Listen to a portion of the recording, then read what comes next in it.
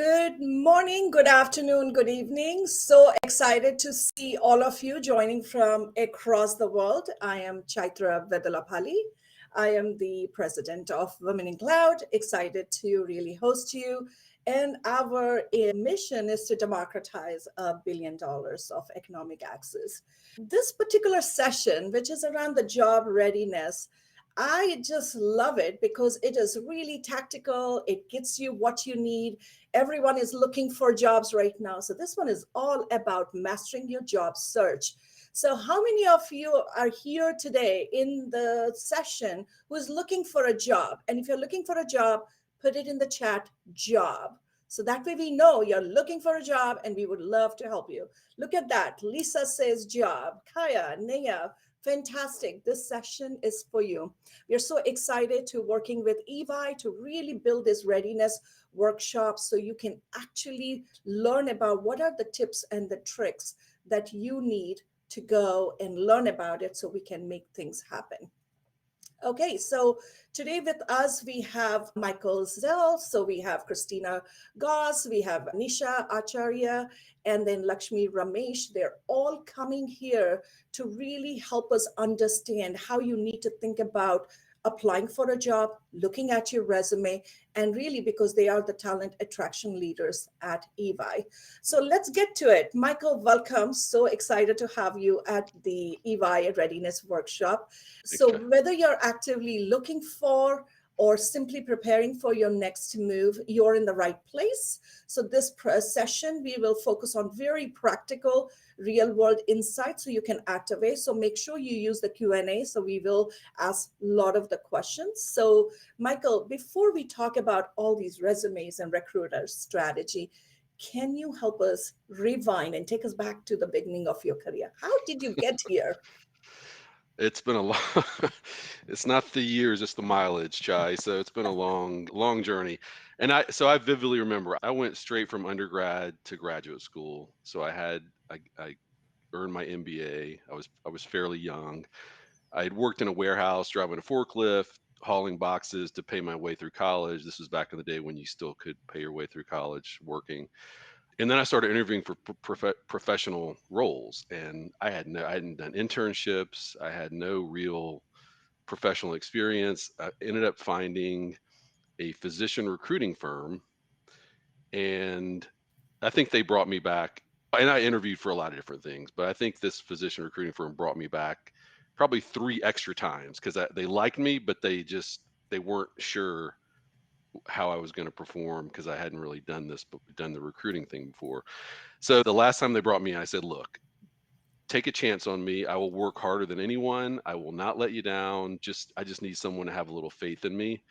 And I got an offer the next day. And I think just finding that first opening where someone was going to give you a chance, that meant the world. And I've been in recruiting my whole career since then. Michael, the statement itself is take a chance on me. I'll work really hard. It's so powerful.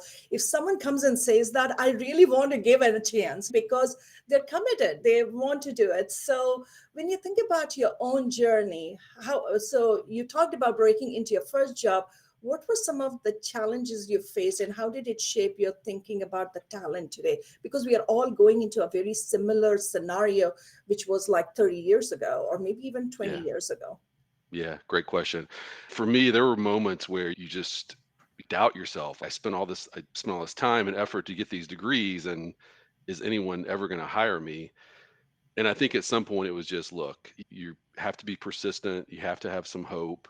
You have to have knowing your sense of knowing your worth, that whoever hires me, they're going to get a hard worker, someone who's committed, devoted, all that. So I think I just at some point just settled myself and said, I'm worth something. Someone's going to see that, and good Look things will at you happen.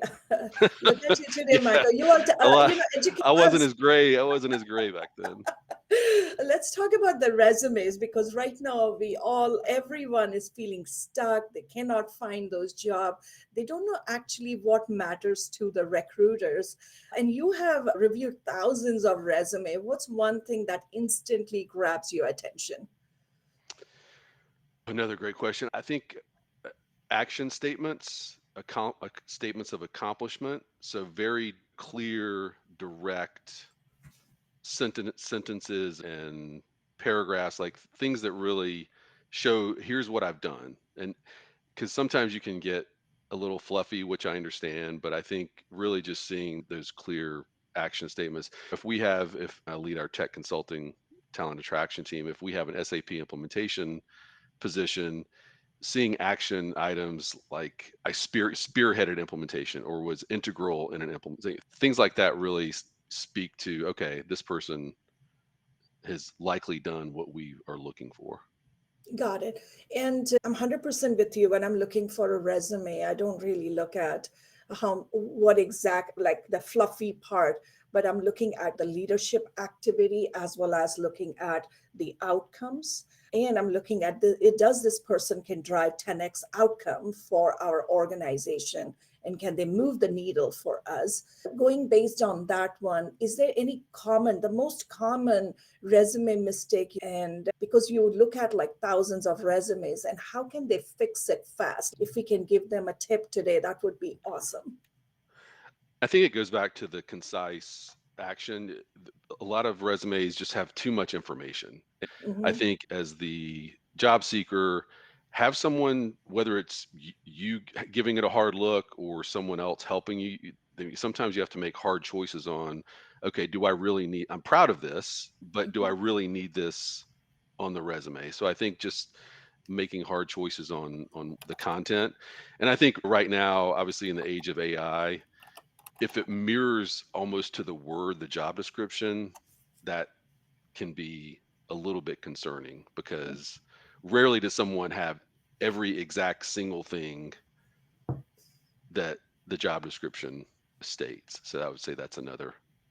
That's a Yeah, good catch, Michael. I love it because you don't want someone who's, because the chat GPT can do a very good job in matching word to word. And sometimes oh you're yeah. looking at, but does this even make sense? We have a lot of people actually who are in the group today. They probably are switching their industry or their roles. How do you think about how should they consider repositioning themselves? Is there any tips that you have for them? Yeah, I think that comes down to just really focusing on finding commonalities between what you've done and what you're interested in. And there are always commonalities. It could be project management, it could be team leadership, it could be owning a budget. Like there are, even if you're changing industries, changing roles, there are common threads that you can find. I think EY, we're big on career agility. And we know that someone moving from one area to another may not have that one-to-one fit. So again, it's the focus on, okay, what have they done that is a thread to this new role? Got it. And Michael, there's one question in the chat too. Is there a perfect resume size, 1 or 2 pages? Do they need to include a cover page? Those question keeps coming. What is the holy grail on It's the, resume it's size? the eternal question. There is no, first of all, there is no holy grail.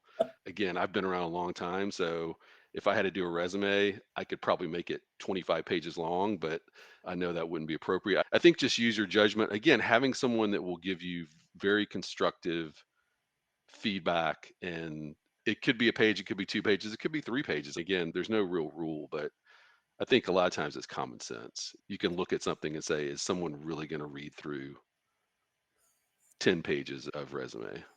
Yeah, Michael, my rule of thumb is 10 years equals 1 page, 20 years you get 2 pages, 30 years maybe only a short paragraph because See, you don't need pages.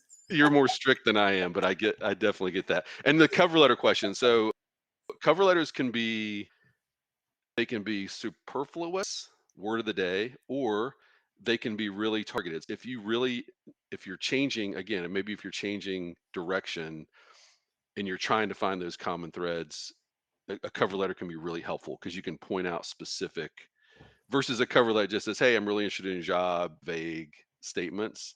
I think a targeted cover letter for a specific position is can be beneficial. Completely. And I think in the resume, the top section, which is like a short paragraph that you put Accomplishments. in, that one, if you do it really well, because I think people have only patience to read that. And they probably, if they like it, they maybe put it through GPT and they can ask more questions about the people. But the top summary should be really thought through. Do you agree with that? Agree, 100% agree. Yeah, having a really targeted, succinct accomplishments section at the top, summary, whatever you want to call it. Yeah, it's key. Got it. So, as a recruiter, LinkedIn and digital presence have become very important lately. So, let's talk about the digital first impression. What are the low hanging fruit on LinkedIn that most people miss? I hope there's a Captain Obvious stuff here, but the title or the heading underneath your picture. So they see your picture and then they Mhm, see, okay, what's your position? It could, and you could do something creative. It could just be your title. It could be a variety of things, but something that will catch someone's attention in that heading underneath your picture. And then the about section that's midway down, similar to what you're saying about the resume with the accomplishments, excuse me, having a really strong about statement. Someone reading that should be able to get 95% of the information they need on mhm. you, on your career, on your skills. So I think those two things are really important. Absolutely. And as a recruiters and talent attraction leaders, how are you actually using LinkedIn for sourcing and what makes someone clickable in your search results? Yeah, this is interesting. So we all have LinkedIn recruiter licenses, so we can send essentially unlimited messages through LinkedIn to it's really for passive candidates, so people who are not necessarily applying to our jobs. We when we create a search, Boolean, it's called Boolean search, we generally cast a pretty wide net. So if someone's within kind of that broad parameter, they're going to come up in the search because we're trying to include people versus exclude people. So the broader the search, then you can go through in more detail what people's backgrounds are. Got it. Michael, there's one question around is when you're looking for people, are you looking for people from the LinkedIn and shortlisting the candidates from the large pool, or all of them have to be applied at the EY job listing and then you do a shortlisting? What does that approach you're taking right now? Make sure I understand. So how LinkedIn, does like a team shortlist candidates from a large pool of application? Is LinkedIn one of the critical factor? yeah. So when again going back to when we create a search, so let's say it's a data engineering position, we'll put in kind of broad terms for that profile. Again, include versus exclude. And then once you have your that starting list, then we're going through each profile in detail to review against the skills or the position that we're recruiting for in that case. Got it. You talked about in the resume was more around tailoring for impact and how we need to do. Let's say any one of them, they find a dream job post on EY. What are like the three fastest ways that they can tailor the resume to that role? So first, make sure the dream job fits your background because my dream job is to be a Major League Baseball manager, and I am completely unqualified for that. So make sure the dream job, there's a logic behind that. And then I think going back to some things we already talked about, match your accomplishments with what that role is looking for. If you have to draw maybe comparisons, maybe you've done things that are similar to what that position is asking for, I would include that. Again, going back to action statements, that's really important. And then adjust the experience section again to as much as possible to what that specific role is asking for. Got it. And when you're looking fit the resumes, how do you like swift through keywords versus authenticity? Is there a way that you can easily look at it and see this is not sounding robotic versus it is authentic? Yes. So again, in the age of I know everyone uses Chat GPT and other tools. EY has our own internal Chat GPT called EYQ, and it's a great tool. I use it all the time for everything. But I think if you're overusing it and creating a resume or information that isn't truly representative of you, Mhm. that just leads to disappointment even if you get past and you get a first interview, it leaves a disappointment for the candidate and the interviewer, because no matter what is on paper, if that doesn't match up to real life, then not a good situation. Totally makes sense. And is there an example or a story of a candidate that impressed you and why they impressed you? Because you get so many resumes. There must be a reason why you will just hold for a second and say, this looks good. Okay, I don't know. My example. This is when I recruited for audit. When I started with EY 14 years ago, I was an audit recruiter for our audit practice, and I recruited someone. She had an unusual, not unusual is probably not the right word. She had a path that wasn't traditional. That went back to school, had worked, decided to go back to school. She wanted to be an auditor, then didn't have a ton of real world audit experience. But so there wasn't necessarily a wow factor on the resume. Ended up talking to this candidate. She was all the things we look, not just EY looks for, everyone looks for. Passionate, had a drive that you could tell, work ethic, like all these things that are important. And I knew I could convince our hiring manager to talk to her. And I knew that if he talked to her, he would hire her. And it worked out. I think as a job seeker, you just never know what kind of connection you might be able to make. Hopefully that So answers your question. it totally makes sense, Michael. So let me ask in the chat is how many of you are feeling stuck, discouraged, and overwhelmed with the job search right now? Put one in the chat.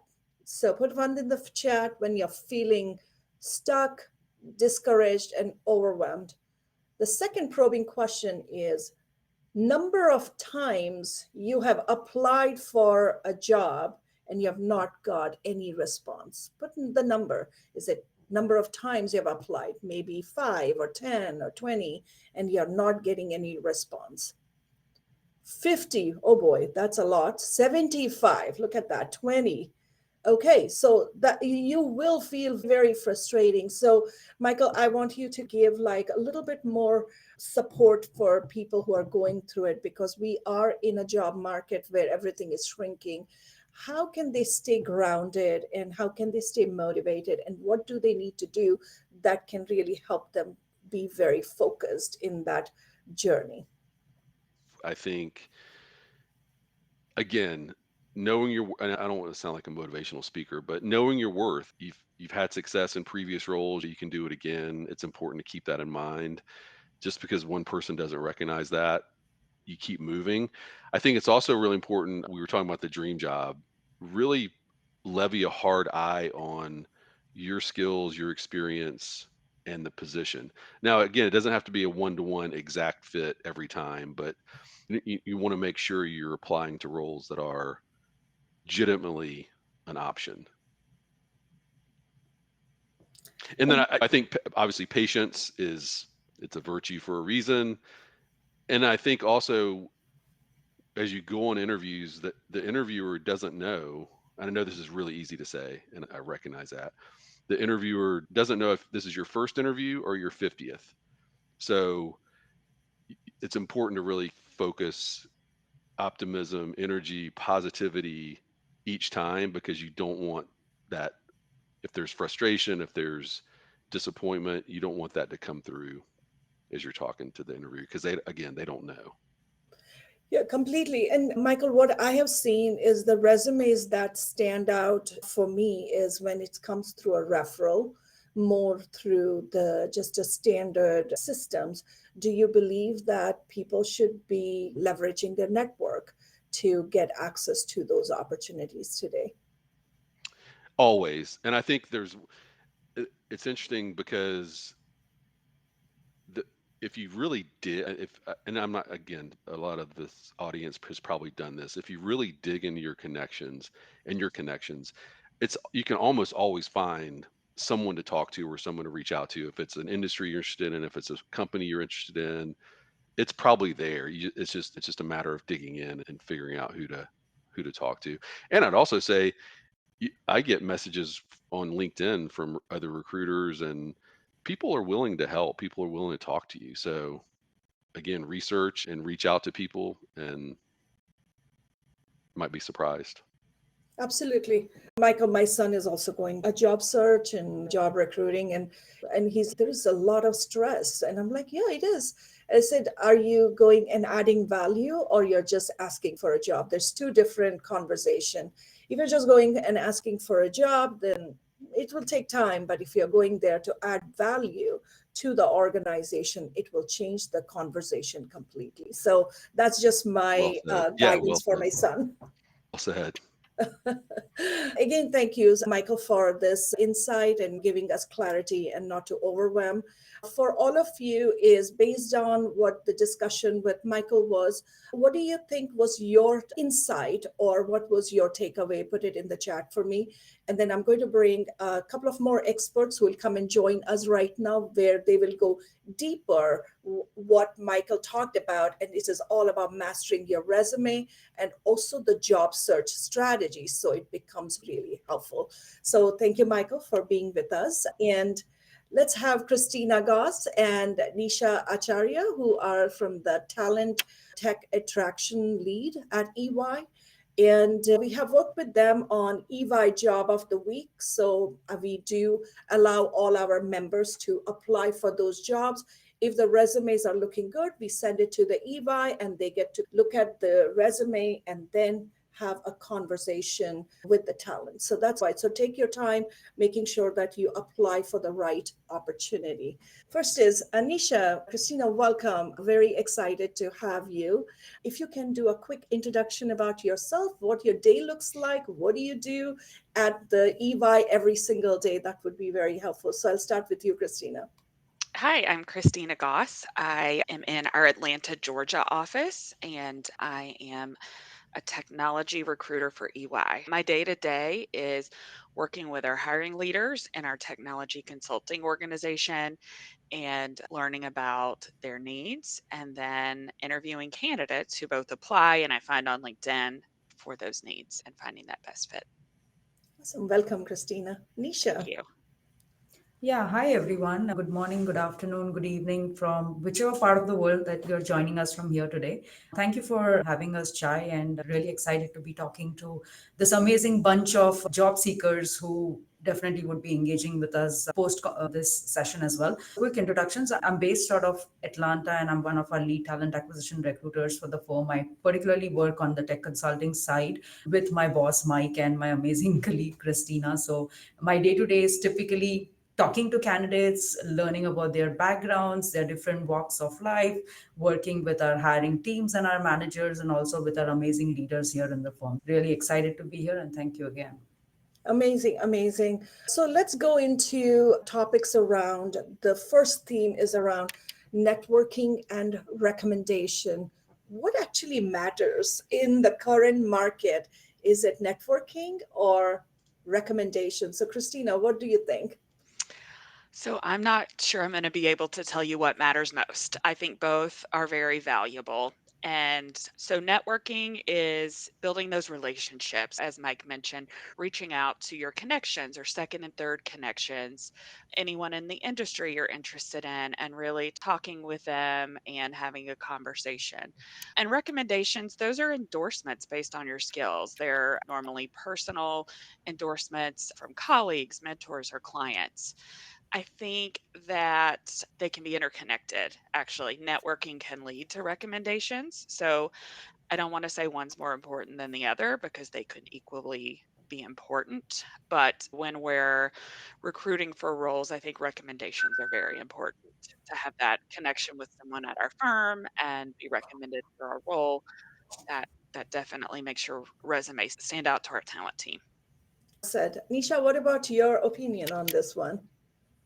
Yeah, so I would definitely second Christina on that. Both are equally important. I believe every job seeker is unique in terms of the skills and the talent they bring to the table. Understand your strengths, your key areas, and your suits, and then obviously action them to the most effectiveness. So I am a huge people person and I believe in the power of the community as well as showcasing your own brand. So I would definitely second a strategic approach on both of that to cater to your need. Yeah, based on your response, I feel you do need to network and you need to use your network to get those recommendations so you can get those jobs as quickly as possible. Some of you have asked is what are the kind of jobs that are available at EVICE? I've shared the link so you can go to their career site and I'll continue. But let's continue with the topic around tailoring the resumes to the job description. And Michael did touch that one. So Christina, I want to go with you first.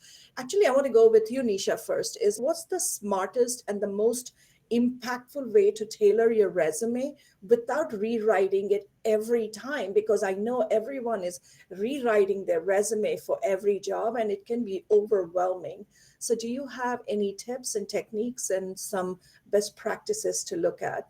Yeah, awesome. And I think that's a fantastic question. So thank you for that question. So a couple of pointers, which is typically a recruiter's go-to, right? The way I like to think of it, given that we are in a digital age, we are pacing fast with technology, right? My suggestion would be for every job seeker to have kind of a basic resume, which is more like a master database resume, if you will, where you essentially can have a comprehensive, version of what your resume looks like and then cater it to every role that you're applying for, because I firmly believe there's no one size fits all. It definitely needs to be catered to meet the role expectations and also the expectations of the organization that you're applying to. So in terms of making that master resume, you can always have tweaks later on based on each job application that you're applying to within a particular company. You can hide or trim certain sections which are not relevant rather than rewriting from the scratch.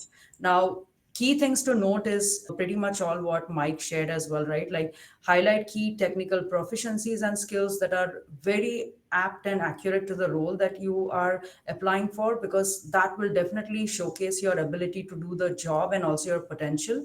Definitely leverage AI, given that we are in this AI age, right? That is a great tool. And I think, Chai, you mentioned to that earlier as well, leveraging GPT or Copilot, what have you, right? Now, again, a recruiter's 2 cent is bring your authentic self to work. So don't like mimic AI 100% and fabricate a resume which you obviously haven't worked towards. I definitely will give that caveat there, but use it as an efficient assistant where you're getting creative, whether you're comparing your resume to the role and you're leveraging it as an efficient assistant that can highlight key skills for you, that emphasize certain skills that are needed for the job. Another thing is, and time and again we have seen this, whether it's for interns that are applying, like who are fresh entry level positions, or even for experienced folks, right?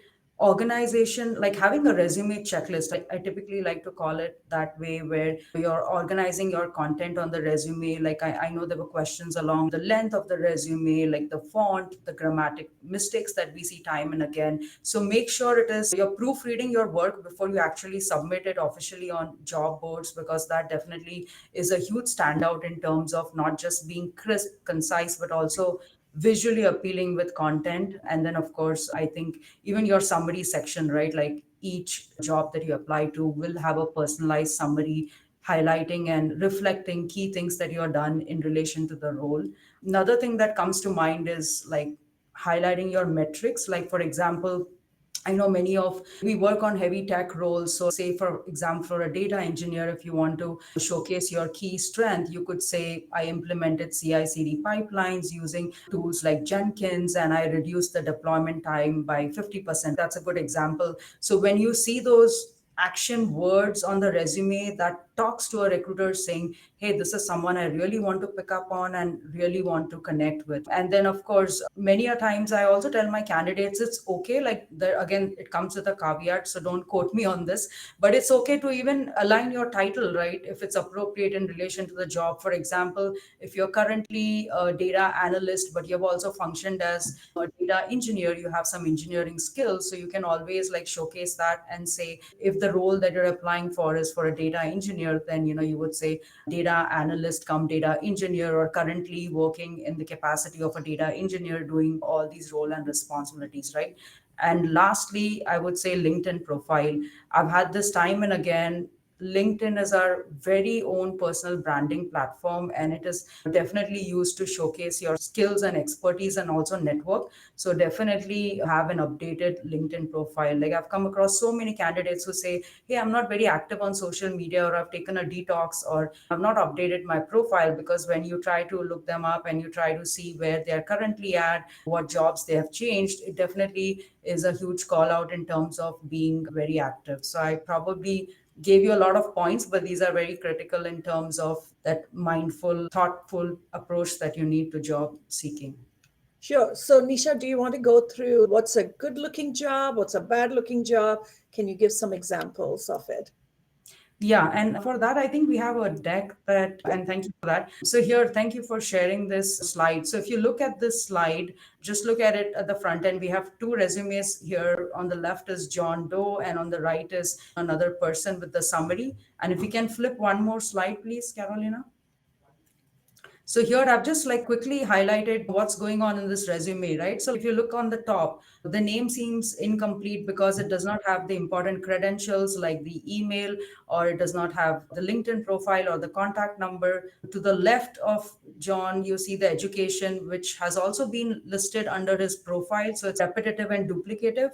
Now, one key thing that I've also highlighted is in yellow, if you could see, he has mentioned that he has been in the workforce for the past 42 years. Now, many a times we very unconsciously give away the years of experience, which again, we are very proud of, but that kind of comes across as ageism on many times, unconscious bias that we have with recruiters, right? Like I might understand it. And if I don't take that into account and just focus on his skills, I might end up giving him an opportunity to connect, but not many people do that. Also listing on the right, if you look on the summary portion, like inconsistencies with spacing, the yellow marks that I have highlighted, gaps, very inconsistent, and just calls out to the overall attention to detail on this person that's applying for the role. And this definitely is a put off on a recruiter's part. If we could move on to sharing what ideally would this person would have written, right? So here's a revised recruiter friendly version. Like he probably has also not categorized and explicitly called out, like for example, the second bullet, design master recipes efficiently, minimizing x step references. Now what does that x stand for, right? There definitely needs to be a solid number associated with that in terms of quantifiable, measurable impact and outcome that we are looking for. I'll move on one slide further and show you what it looks like to talk about what we should be avoiding on the resume. So again, this seems pretty simple, but many people still tend to overlook this. The first is graduation dates older than 15 or 20 years old. Typically, you don't want to call that out. I've seen a lot of resumes on the tech side, which also include the age, the photo, and the birth date, all of which are personal details, and we definitely don't want to see that. The third is outdated tech skills, like calling out skills like COBOL, Lotus Notes, which probably more so is now towards leaning towards the dinosaur age. And then long-winded job history, like Mike was talking earlier, like 25 pages of just trying to figure out what this candidate has done, right? That's not my job to figure out what your experience or expertise are. You need to be very clear and articulate with me on why I should hire you and why I should be talking to you. And then lastly, personal details like marital status, age, nationality. And of course, here is a good example of what this would look like. Very crisp, succinct. The formatting is clear. And of course, the actionable impact is very evident on this resume. So thank you for sharing that. That was amazing. Thanks, Nisha. This one was very helpful. Go ahead. Here's a good example. Yeah, so here we have John on the left, that definitely like talks to someone that I would talk to, right? This is a data AI engineer. We still follow the reverse chronological order in terms of the experience that we would look at. So you would start with your name, your details on the top, followed by your summary, which is very brief and more impactful in terms of what's most important to you, what's your unique selling point, what do you bring to the role. So make sure you have that blurb ready where you could either create it with your impact or you could leverage AI for that. Followed by skills, which your tech stack, non-tech stack, anything that you want to include. And then followed by the relevant experience in terms of where you're currently at, how long have you been in that position, what does your job title look like, right? Similarly, on the right hand side is more like an intern entry level candidate that I just wanted to give an experience over like the experienced as well as a person that has just begun in the workforce, right? So this individual does have experience, but just short of maybe 1 or 2 years. So again, here calling out relevant experience like with projects, with hackathons, like any kind of achievements that they've had, any awards that they have basically secured, right, in their experience, that definitely is good. Highlighting your education on the top, with obviously if you're affiliated with some great universities and doing some amazing work, then also like talking about the skills and the experience there. Any certifications, say for example you're applying for an Azure data engineering role, and if you are a Microsoft certified AI engineer, then you would want to highlight that on the top, saying these are my accomplishments below your education, and then of course the relevant experience that we spoke about. So these two are classic examples here. Thank you for sharing that. Yeah, Anisha, this one was awesome. So let me just do a quick pulse in the for the audience. Based on the good resume and a bad resume, on a scale of 1 to 10, 10 being you're as close to a good resume that a recruiter is ready to talk to you, how close are you on a scale of 1 to 10? Is it 8, 9, 10, or you're in the middle? Put it in the chat for me because it helps. Because we know that we need to help you with your resume reviews, or do we need to give you something else? So put it in the chat. So, Christina, I want to talk about, because Nisha talked about the resume was fantastic. And now let's talk about standing out on LinkedIn. What is that pops out for you as a recruiter when you're looking for the people who are looking for job? What are you looking for? How does you say, yep, that's a candidate I want to reach out to? Sure. I think Mike maybe hit on some of these things, but a professional photo is always a good first impression. Doesn't have to be a professional headshot that you paid for. You can Mhm. use a high quality photo that you took on your iPhone. Have come so far, and you could get a great photo. Make sure you have a friendly and approachable expression. That makes a good positive first impression. You want to have a compelling headline, not just your job title. Maybe show your expertise, what you're bringing to the table, use some keywords that are industry relevant. And the same with your summary. You want to make that summary very engaging. You want to highlight your skills and experience and what you're passionate about. I think as a recruiter, when I'm searching on LinkedIn, what's probably most important for candidates to show up in my search are the skills that you list on LinkedIn. Those are very important. A lot of recruiters search using your skills, those canned skills that LinkedIn provides that you can select. I think it's very important to be sure all of your skills are up to date. You want to make sure your experience section matches your resume. I had a candidate a couple days ago that LinkedIn did not match the resume, and I did pass on that candidate due to just some questions that brought up. So make sure that your LinkedIn, both dates as well as titles as well as skills, match the resume that you're presenting. Another thing is use of keywords when we're doing the Boolean searches, as Mike mentioned. When we're searching based on words, you want to make sure as many keywords about your relevant industry are. And I think just going back to the networking, engagement and activity is very important. Posting consistently, you read an article and you think it's great information, post it to your LinkedIn and say something about that article and have others engage with that. That will help with your networking as well. Christina, you talked about something very amazing in the sense is the resume and the LinkedIn has to match because those two has to come together. And when we look at resumes, if they both are not aligned, I'm like, I don't know if this is the right candidate on the team, because the first thing I do is look up on the story about them, try to figure out are they a right fit. And one of the things I actually take away is the language that they are using. Are they using a language of inclusion? Are they using a very political language? Are they going to leave messages that rubbing people off?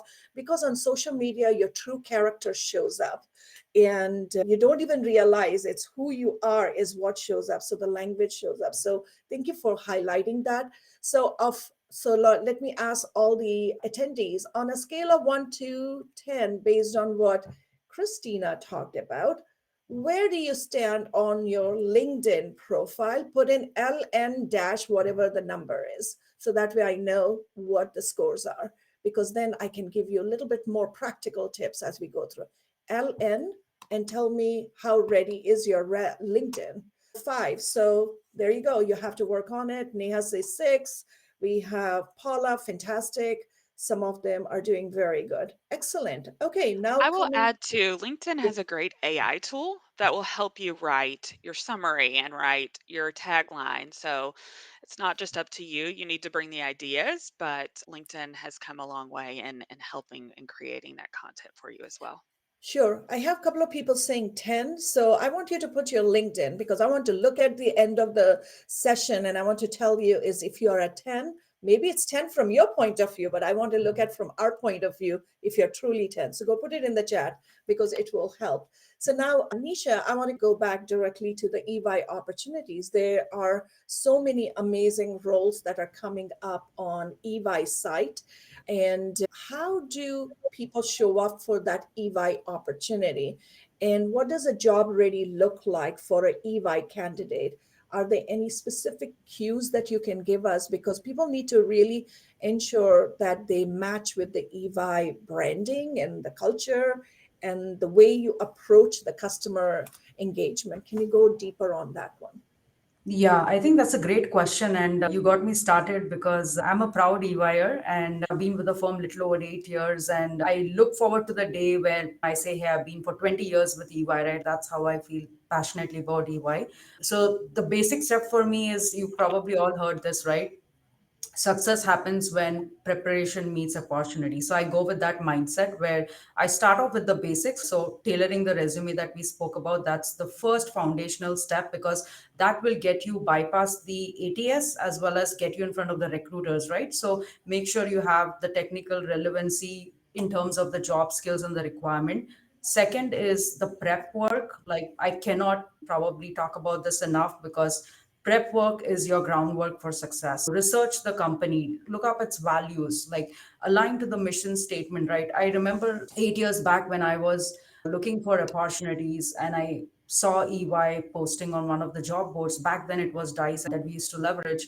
And I read about the company. I was like, this role seems pretty exciting. Let me look them up and see what they do, right? And when I read about the company, I read about, like, I did a deep dive. I would always say, take some time to invest because we are a purpose driven organization. One of our strongest EVPs is our amazing career agility, which not only helps us design, helps you, we empower you to design your career and explore various possibilities within the firm itself. Like for me, I've been here for a little over 8 years, like I mentioned, and I've already touched upon 4 areas within the firm, which has given me the opportunity to propel and like just expand my horizon, as they say. So whether we're talking about short-term projects or internal mobility or rotations or even global opportunities, we are a global organization. So to that scale, like having that kind of mindset, which is talking about the growth mindset where you are operating in a growth mindset, you're constantly embracing change, you're collaborative, you're passionate, you definitely are qualified and you meet the expectations on the role.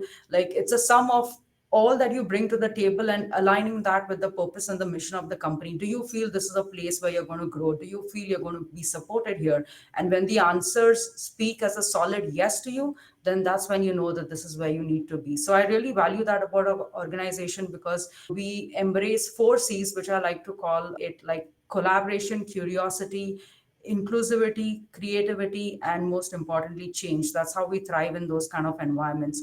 And most importantly, be yourself. Like don't fake it. Like I don't believe in fake it till you make it, which was popular back in the day. Now I feel bring your authentic self to work because what's unique about you will be your strong point and will be your unique selling proposition that you put forward. So passion, enthusiasm, and the personality that you bring in terms of your best professional self will only help you get there. And I think for our firm, that speaks volumes of, we firmly believe, right? Like a crucial part of the hiring process for acquiring talent is often overlooked when we just focus on technical skills. We believe in the power of soft skills because we always believe that it's your mindset, not necessarily your skill set, that will make you successful here. So I think if you combine all of those great points that I shared about, we truly are a very inclusive and an amazing, empowering place that you can definitely find your next career at. So with that, I'll put a quick plug. I have put in our LinkedIn handles into the chat.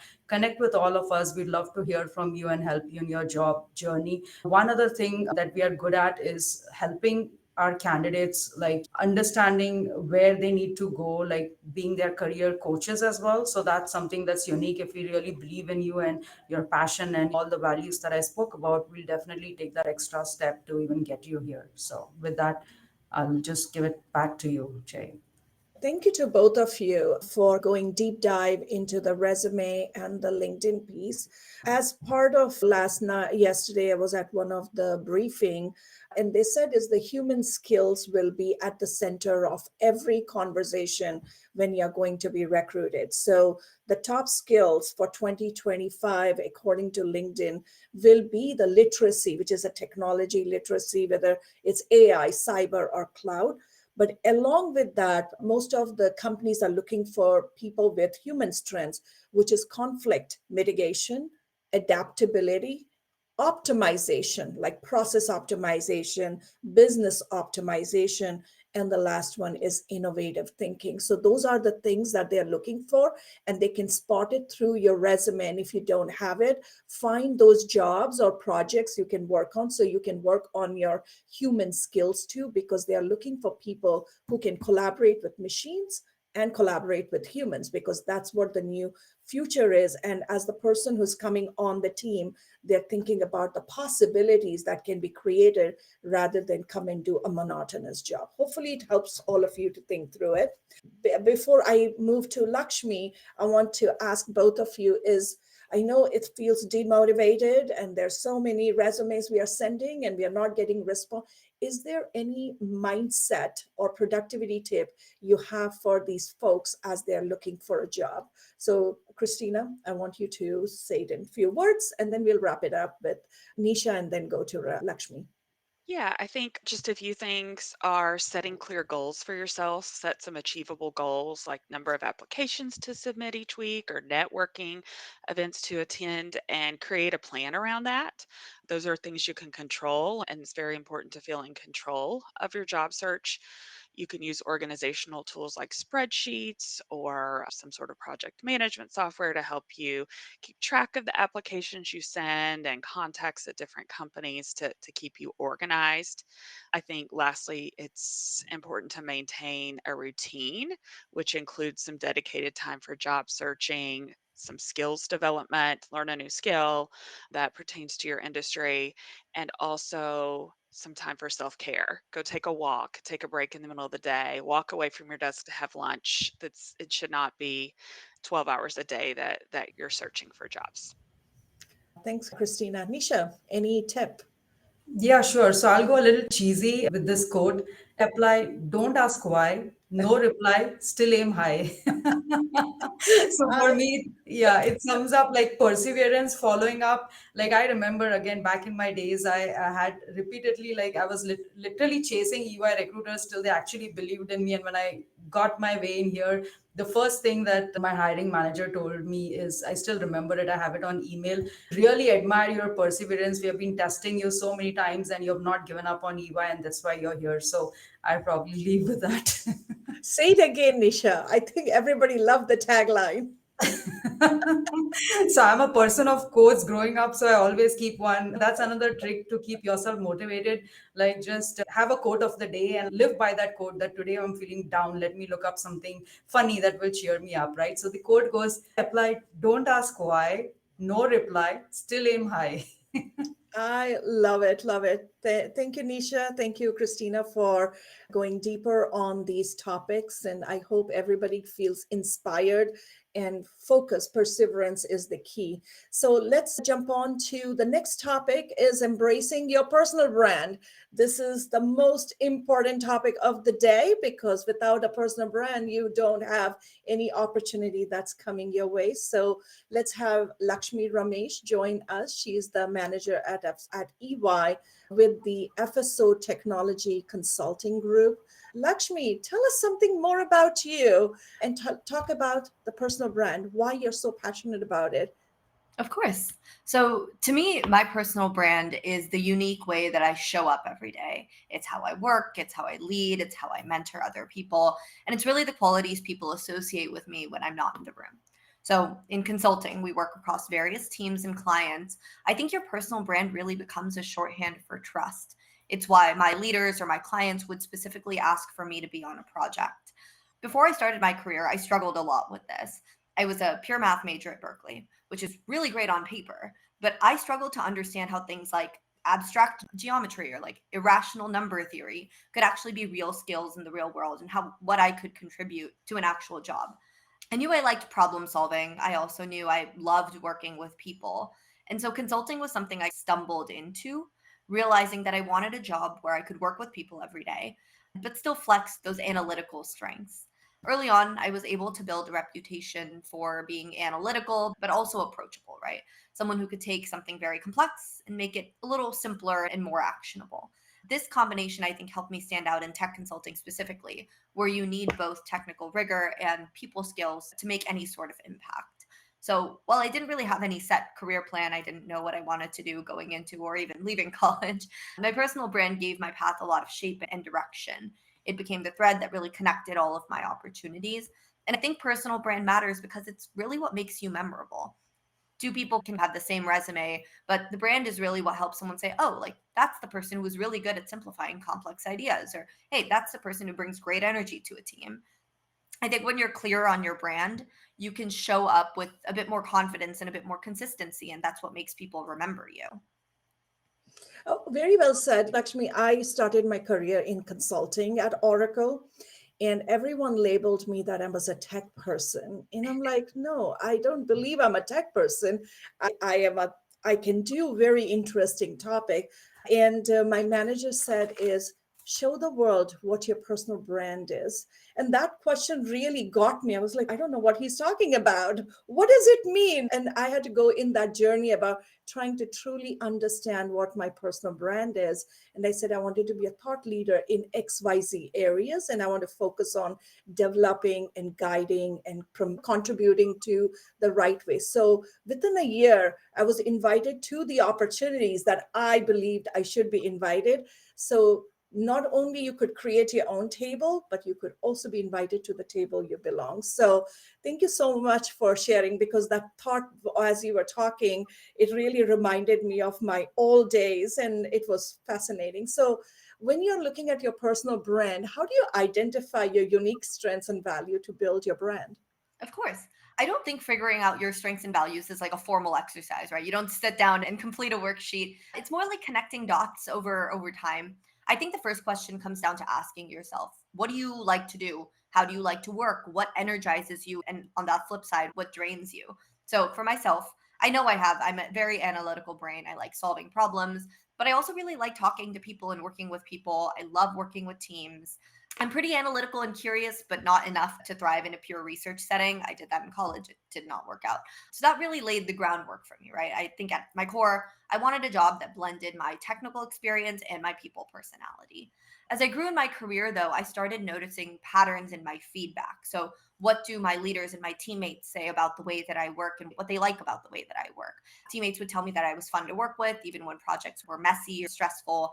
And clients would ask for me to be in meetings, not because I was the smartest person in the room, but because I was easy and fun to talk to. And so I realized that one of my core strengths is not even technical. It's really just bringing energy and optimism to the table.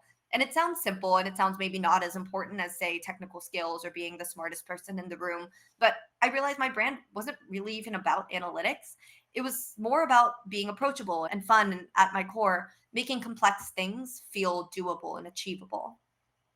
Oh, very well said. I think it's a journey of identifying your unique strength, but also asking people is, why do you invite me for these opportunity? What do you see in me that makes you like come to me all the time?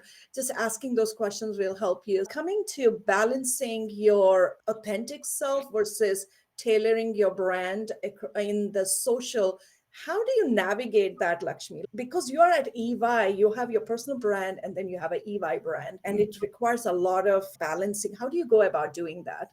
I think that's a really good question because I think there's this misconception that personal brands mean that I have to be the same person wherever I am, whether I'm here on this panel, whether I'm on a client meeting, whether I'm talking to my teams internally. For me, it's more like a playlist of songs of the same genre, right? All the songs are me, but I'm just playing different tracks based on the audience.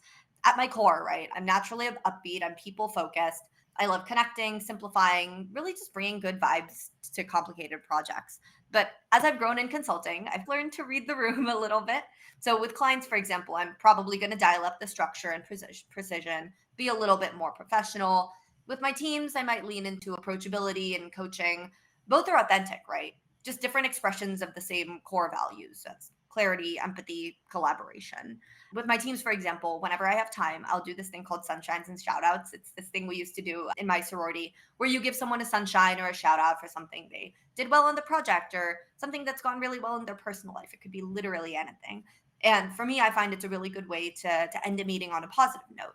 I like to think this is core to my personal brand. I like to connect people on a personal level more so than just a work level. And I really believe that the way I show up at work isn't in a silo, right? It's also the way I would show up for my friends or my family.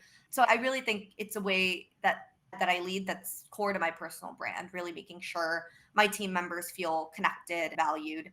I think the key to adaptability and authenticity is really knowing those core values, right? So then you can flex them without like faking it.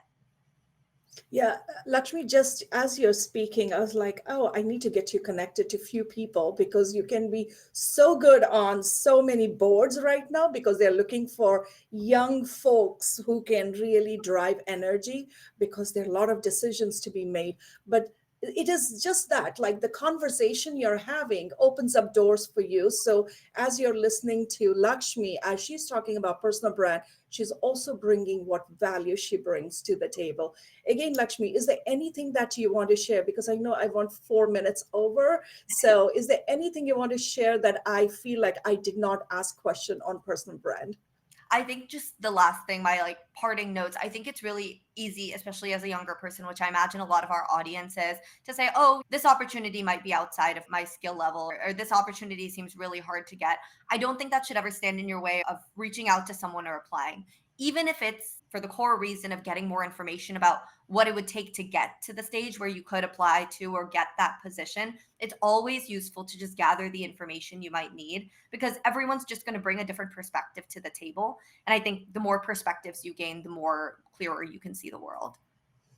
Again, thank you so much for spending time with me. I hope everyone who's listening to today's session took away something that you can go and apply. First is have a lot of perseverance. The market is very tight. It is consolidating. So that means that you have to stand out, not from a resume perspective, but as a person, as a human being that you bring to the organization, that you can move the needle for them. So I'm asking you to not only just look from a technical skills, but also the human skills that you bring to the table.